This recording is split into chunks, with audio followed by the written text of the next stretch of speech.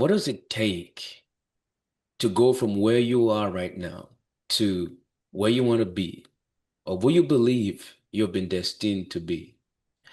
Why don't we go and discover that journey with someone whom has gone through that before and is here to share a great experience and story about it?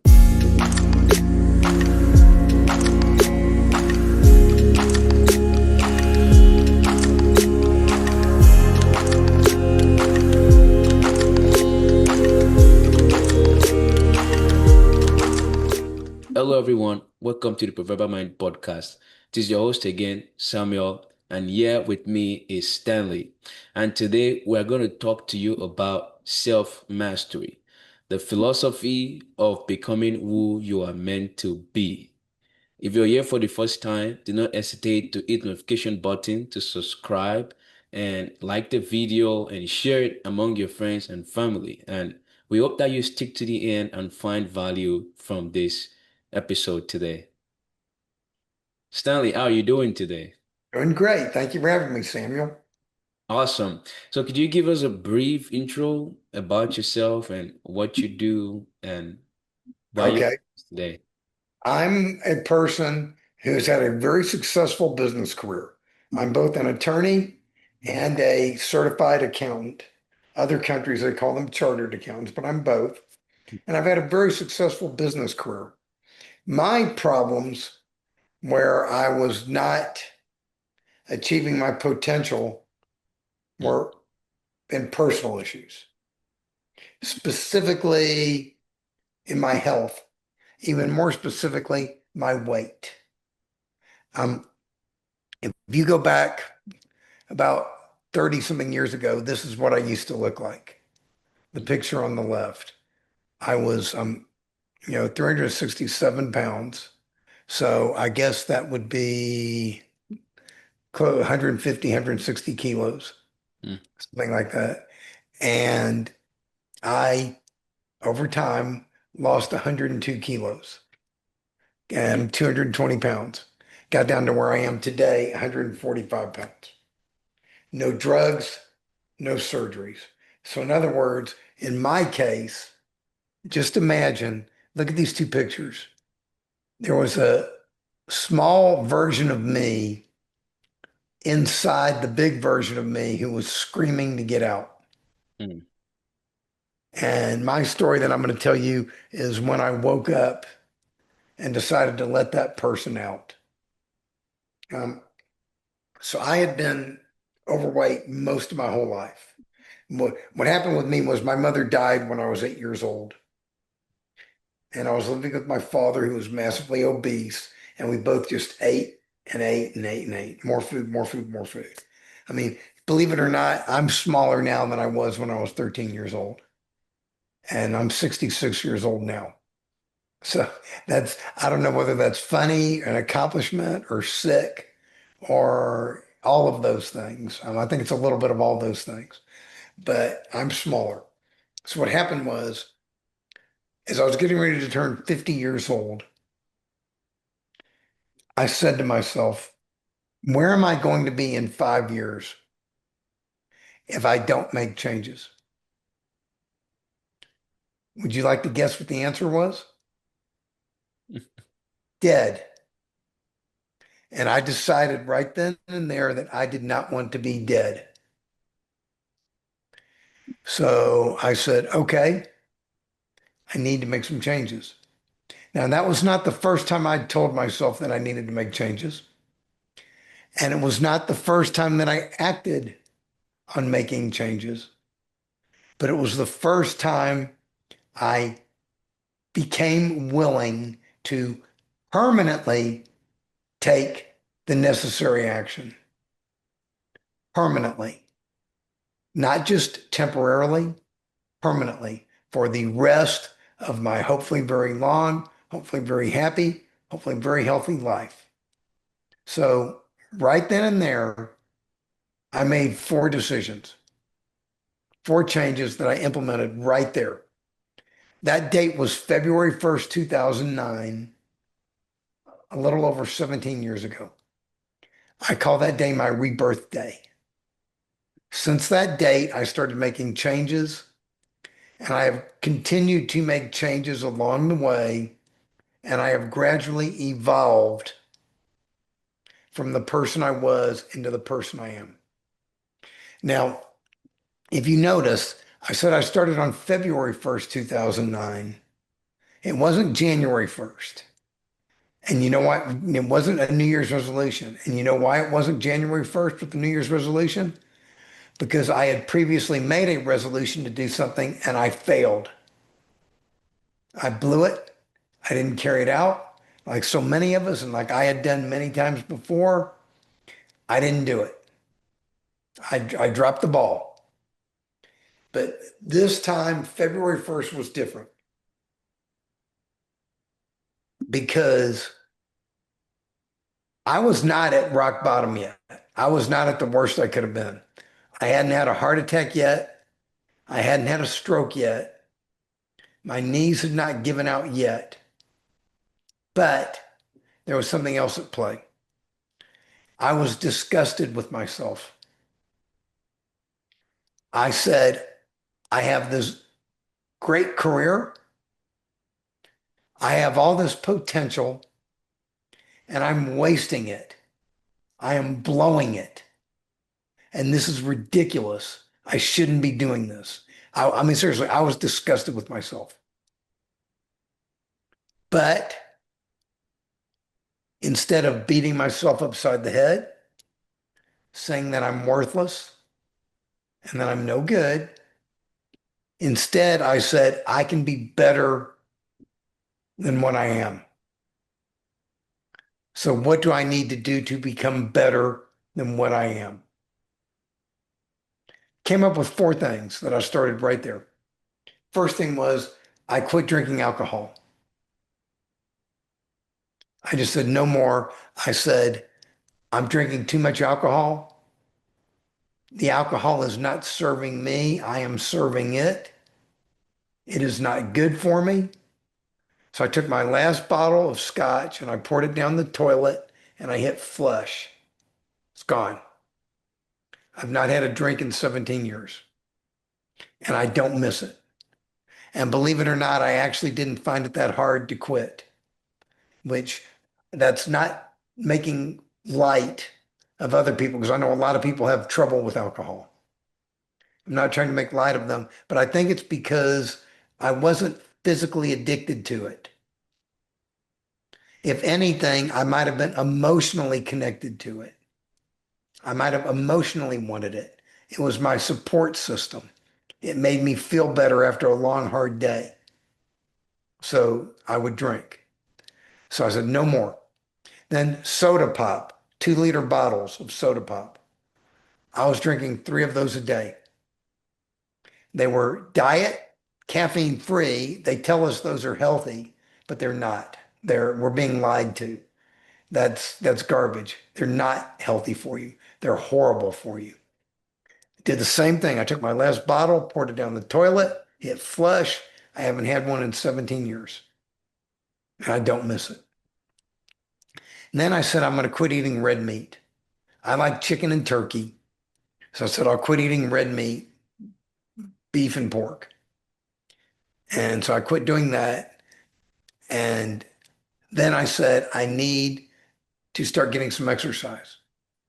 I'm going to start walking every day or trying to walk every day. Because in the beginning, I hurt a lot. My knees hurt and I was out of breath. It was not easy to walk more than 2 or 3 blocks. But I said, I'm going to try to start walking every day. And the reason I picked walking was I figured it was easy. You didn't need a lot of special equipment. You could do it almost anywhere, almost any time. And I figured it would beat me up less than other forms of exercise like running or cycling or other things like that. So I started walking. Um, Over the course, I found a gym that had open 24 hours a day. They had a pool, and I would go there in the middle of the night when the pool was empty, and I would walk up and down the pool. First for 30 minutes, then an hour, then 2 hours, then 3 hours. And I set a goal and I wanted to do a 5 hour pool walk on my 50th birthday, which gave me 4 months to get there. Well, on my 50th birthday, I did a 5 hour pool walk. I had lost about 50 pounds by then, just from the dietary changes and starting to get exercise, and not drinking. And then 2 days later, I did 5.5 hours. So I kept going. And then over time, I kept refining what I did. I started walking outside. I started refining what I ate. And I got to the point where I didn't even eat chicken and turkey. I went vegetarian.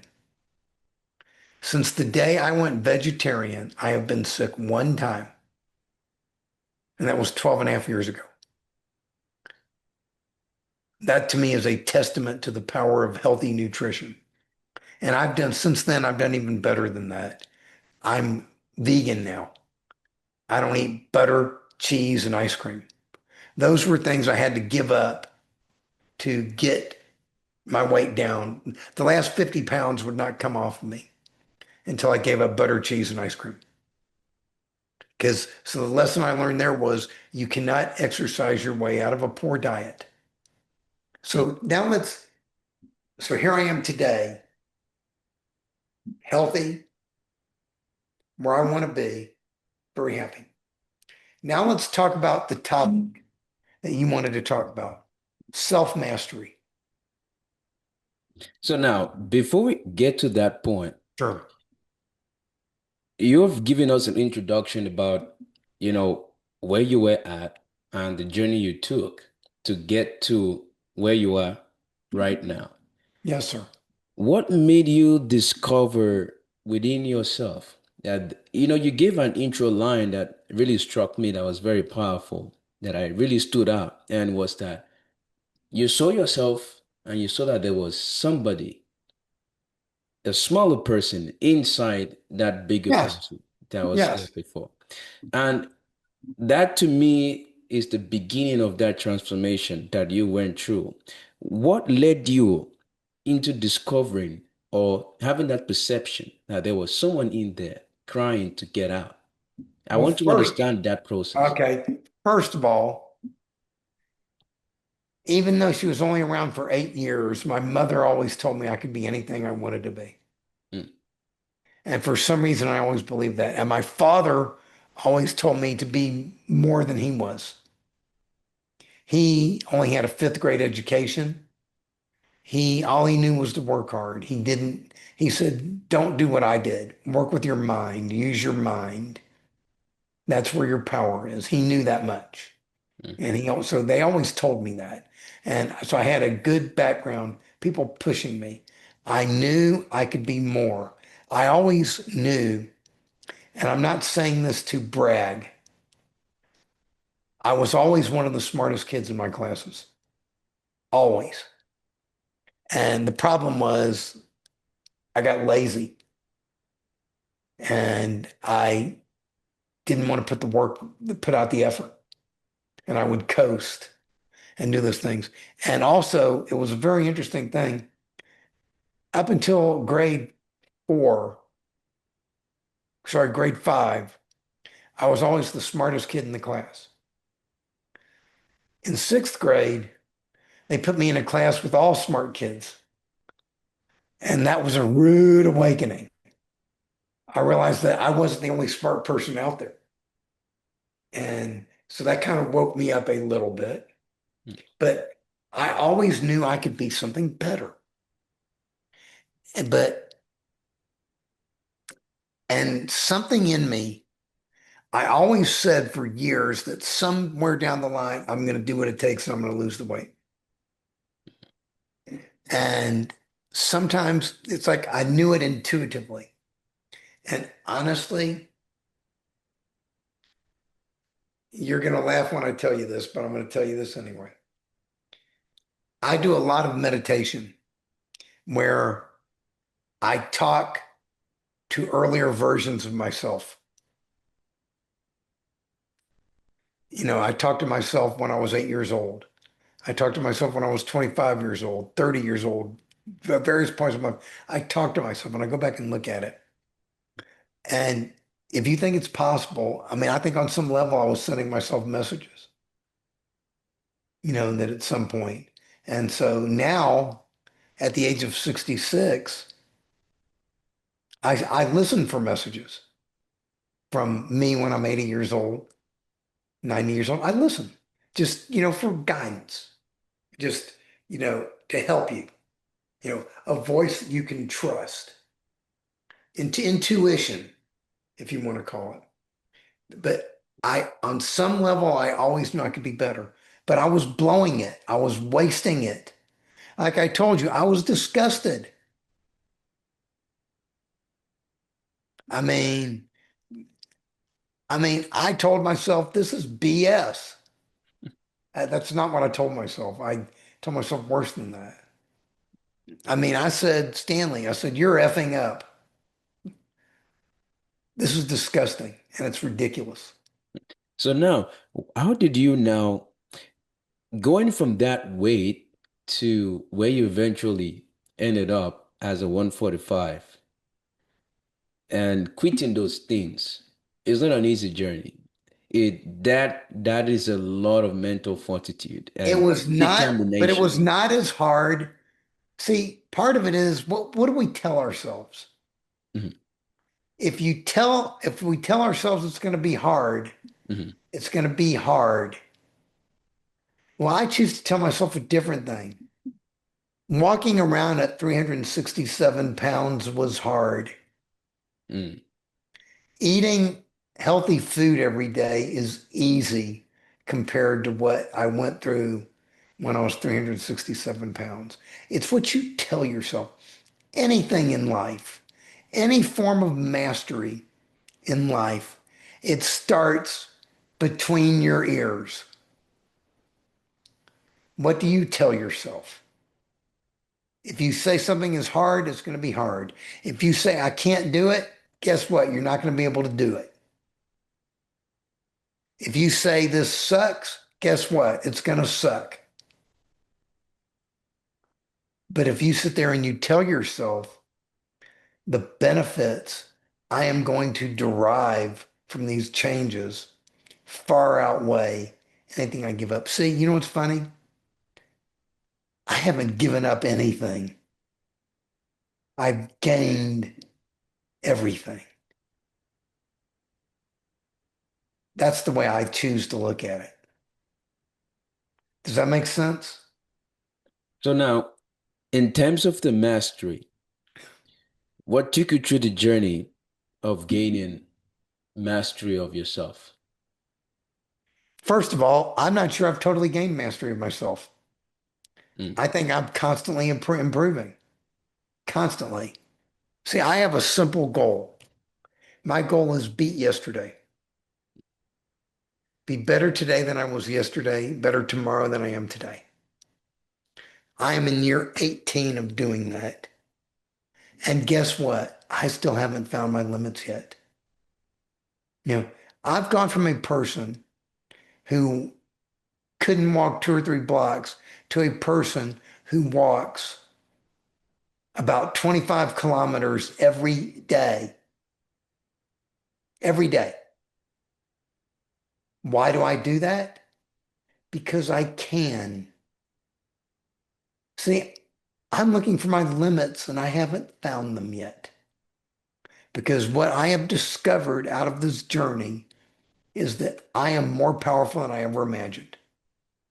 Way more powerful than I ever imagined. And that's coming. I was always a pretty confident guy. And for me to discover I'm more powerful than I ever imagined, it taught me something else. It taught me that if I'm more powerful than I ever imagined, so is everybody else.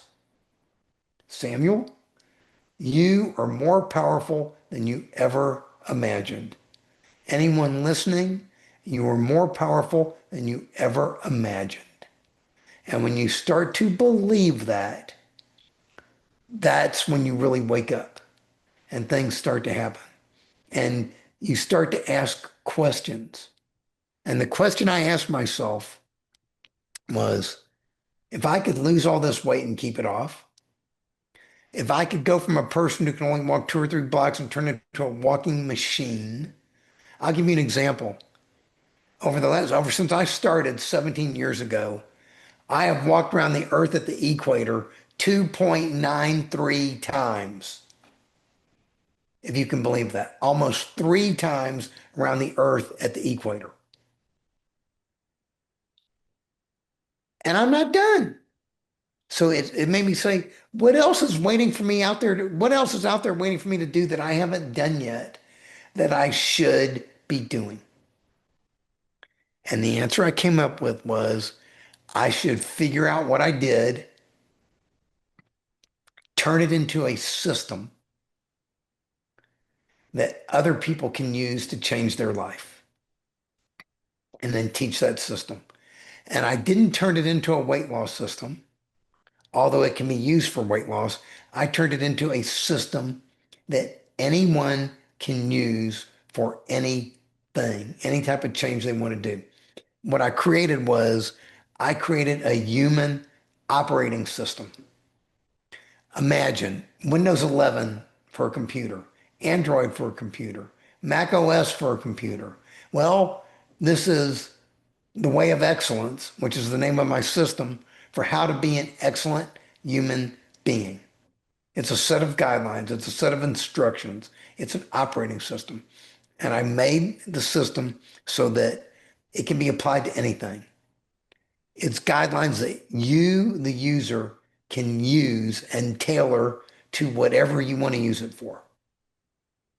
I didn't tell you, I said, I didn't say you have to do this, this, and this. I said, here's guidelines for what you should do. Now take these guidelines, figure it out, and then you figure out what you should do. You see what I'm saying? Because one of the things I've learned is people do not want to be told what to do, but they do want to be told how to do it. So that's what I did. I created a system, and the whole premise of the system is that we are imperfect human beings. We're all human beings. None of us are perfect. There never have been any perfect human beings. There's not going to be any perfect human beings. Don't even try. Instead, don't be a perfectionist. Be what I call a good enoughist. Start from a base of good enough is good enough. But just because something is good enough, it doesn't mean you can't get better. It doesn't mean you shouldn't try to get better. It doesn't mean you won't get better. Go for it. Constantly, constantly seek to improve yourself. Constant and never-ending improvement. Get started, never stop. See, that is the trick to self-mastery. Get started and never stop. So now this system, could you take us through this system and how you've applied it to yourself personally? Okay. I can take you through the highlights of it because we don't have enough time to go through the whole Hmm. thing. It takes me like 30 minutes to go through the whole thing. And that's giving the quick version Right. because there's 20 parts to it. But first of all, here's what the system looks like in chart form. And this is on my website, which I assume you're going to put in the show notes, please. So these are 20 principles, 20 guidelines for what it is to be an excellent human being. Let's hit the highlights. Number one, awareness, telling it like it is, telling yourself the truth. February 1st, 2009, I told myself, make changes or I'm going to be dead. You can't tell it any more plainly than that. But then there's a second part to it, which is you have to take action on it. But that action can't be temporary. See, we all temporarily we get started and then we quit. First Hmm. time we don't feel like it, we quit. Well, that's not going to get you there. See, I used to say the three most important words in the English language were, are you willing? I'm sorry, are I love you. Now I say there, are you willing? Are you willing to permanently do what it takes for the rest of your hopefully very long, hopefully very happy, hopefully very healthy life? Until you become permanently willing to do what it takes, you're not going to permanently get there. It's that simple. So those are the two foundational things behind the system. Willingness to permanently change and telling it like it is. Now, number two, life is a long-term game. Problem is we live in a short-term world. Uber, Alexa, Siri, Amazon Prime, you know, streaming video, Chat GPT, everything is instant. And there's nothing wrong with using those tools if you use them appropriately. Realize life is a long-term game. I did not get the way I was overnight, and I didn't become the person I am today overnight. It has been a process, an evolutionary process. We need to learn to think in decades and act daily. I am 66 years old. Okay, let me ask you, Samuel, do you have a 5-year plan? Way beyond 5 years. Good. I was going to say, do you have 10 years, 20 years, 50 years? How far does your plan go out? Tell me. I want to hear this. Tell me. You're looking at 40 years. Okay, good. Make it longer because I am 66 and I have a 100-year plan. Am I going to make it? Don't know, but I'm going to die trying. I'm going to try. I mean, I have plans. That's why I haven't retired. I could retire right now. I could quit. I could go sit on the beach and I could live a happy life for the rest of my life. Don't want to do that because I have things to do. That's what I discovered along the way. When I got my stuff together and I began to master myself, and I will say began because to me it is a never-ending process. Mhm. You're never going to get there, and that's okay. Enjoy the journey. So just work on getting better, and part of it is helping people. Okay. Three, taking personal responsibility. It was not my mother's fault she died when I was 8 years old. It was not my father's fault that he didn't know I needed counseling. It was not my father's fault that he didn't know how to eat better. He didn't know, did the best he could. And it was not my fault either. You know why? Because blame is irrelevant. Mhm. All that matters is figuring out what needs to be done and then doing it. That's it. See, I just cut through 20 years of counseling right there. Figure out what you need to do and just do it. That's it. Simple. Okay. Next, embracing change. Don't fear change, embrace it. All the good things in life you want are on the other side of your fear. Face everything and rise. I've got a book on my website called The Way of Fear. Talks about that in great detail. It's free on the website. Everything on my website is free. So when I tell you stuff on there, go for it. It's digital download. You can read it. Okay. Then five, focusing on the possible, positive focus. Start using the word can. Stop using the word can't. Focus on the positive, not the negative. Focus on the good, not the bad. Engage in positive self-talk, not negative self-talk. Six, perspective. All these things I'm telling you to do, you don't have to do any of them. There's only one thing you have to do in life, and that is die. That's it. Everything else is optional. You don't even have to pay your taxes. You don't have to pay your bills. You might go to jail, but but you don't have to do it. One thing you have to do is die. That's it. So everything in life, the air I breathe, the food I eat, the walking I do, the people I meet, the people I help, the things I do, all of it is a privilege. It's not obligations, it's a privilege. And I learned that. I met a woman 2 years prior to my journey, 2007. She was terminally ill, could not move, could not speak. The only way she could communicate was she had ALS, Lou Gehrig's disease, we call it. The only way she could communicate, trained people would hold up an eye chart and they could read her eye movements. She could spell words. I interviewed her for a book I was writing. When I saw her, I said, I would want to be dead if I were like that. That wasn't her attitude. Her attitude was, my grandkids are coming over later today. I can see out the window. It's a beautiful sunny day. They're going to take me outside. We're going to paint. We're going to have a great time. Tell me your story, Stanley. I want to hear all about it. I want to hear about the other people you're going to interview for this book you're writing, the journey you're going on. Sounds like so much fun. I'd love to go with you.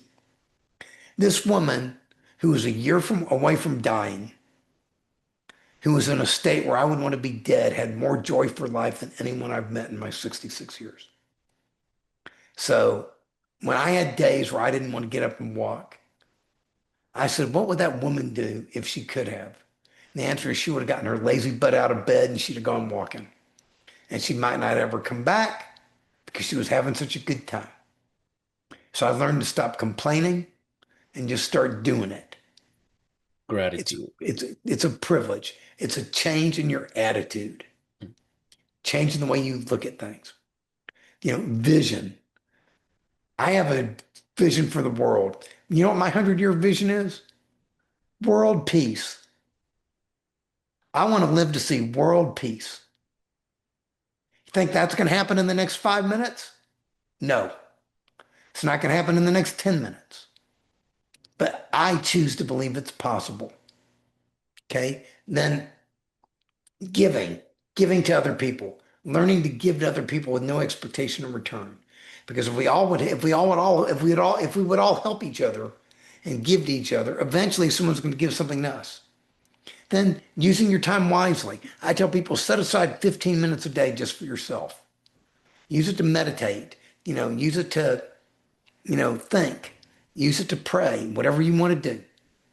You do that every day for a year. That's 90 hours. That's 2 work weeks. You can do a lot in 2 work weeks. And if you want to add 20 minutes a day of walking to that, all of a sudden it becomes 200 hours. And that's over a month. That's 5 weeks. You can do a lot in 5 weeks. I've found extra time. Then I started taking actions that were consistent with what I wanted. I said I wanted to lose weight. Well, that meant I had to stop going to Chinese buffets. It meant I had to stop drinking every day. It meant I had to start walking every day. And that's okay. Take actions that are consistent with your goals. Then persistence. Never give up, never surrender. Get started, keep going, keep going, keep going, keep going. Never stop. If you fall down, get back up. You're a human being. You're going to make mistakes. Mistakes are proof that you're trying. When you make a mistake, don't beat yourself upside the head. Don't say you're no good. Don't say you're a failure. Just pick yourself back up, learn from your mistake, keep going again. Fall down 7 times, get up 8. Fall down 1,000 times, get up 1,001. That's what I did. And that last time I got up, baby, I haven't stopped going since I got back up. So that's what it's all about. Then balance in your life. Balance is identifying everything that's deficient and increasing it, identifying everything that's excessive and decreasing it. That is how you find balance.